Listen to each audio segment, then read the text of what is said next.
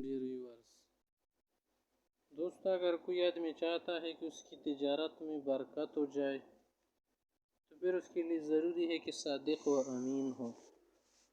پیغمبر صلی اللہ علیہ وسلم کی ایک حدیث ہے نا کہ اگر بیچنے والا فروخت کرتے وقت بیان کرے، عیب وغیرہ نہ چھپائے تو اس کے لیے برکت ہو جاتی ہے۔ اگر کوئی ایسا نہ کرے، جھوٹ بولے تو اس کی برکت ختم ہو جاتی ہے۔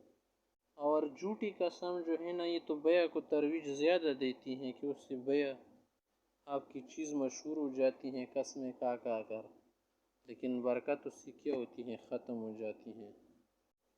برکت اس سے ختم ہو جاتی ہے، چلی جاتی ہے۔ اور یہ بہت مشکل چیز ہے کہ آدمی تجارت میں صداقت اور سچائی سے کام لے۔ عبادات تو لوگ بہت کر سکتے ہیں، لیکن معاملات کا صحیح کرنا، تجارت کا صحیح کرنا بہت مشکل ہے، کیونکہ ادھر پیسہ ہوتا ہے۔ دنیا میں میٹھی چیز جو ہے وہ پیسہ ہے، دولت ہے، مال ہے۔ اس کی وجہ سے انسان بہت ساری گھاٹی میں پھنس جاتا ہے، بھٹک جاتا ہے۔ تو اگر کوئی آدمی تجارت صحیح کرے گا نا تو وہ قیامت کے دن بڑے بڑے لوگوں کے ساتھ اٹھے گا۔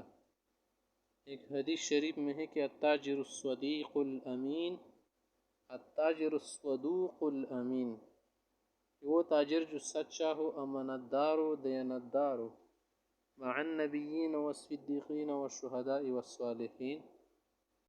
اور ایک جگہ الفاظ ہے کہ مع النبیین والشہداء والصالحین، کہ وہ جو ہے قیامت کے دن بڑے بڑے لوگوں کے ساتھ اٹھے گا، اچھے لوگوں کے ساتھ اس کا حشر ہوگا۔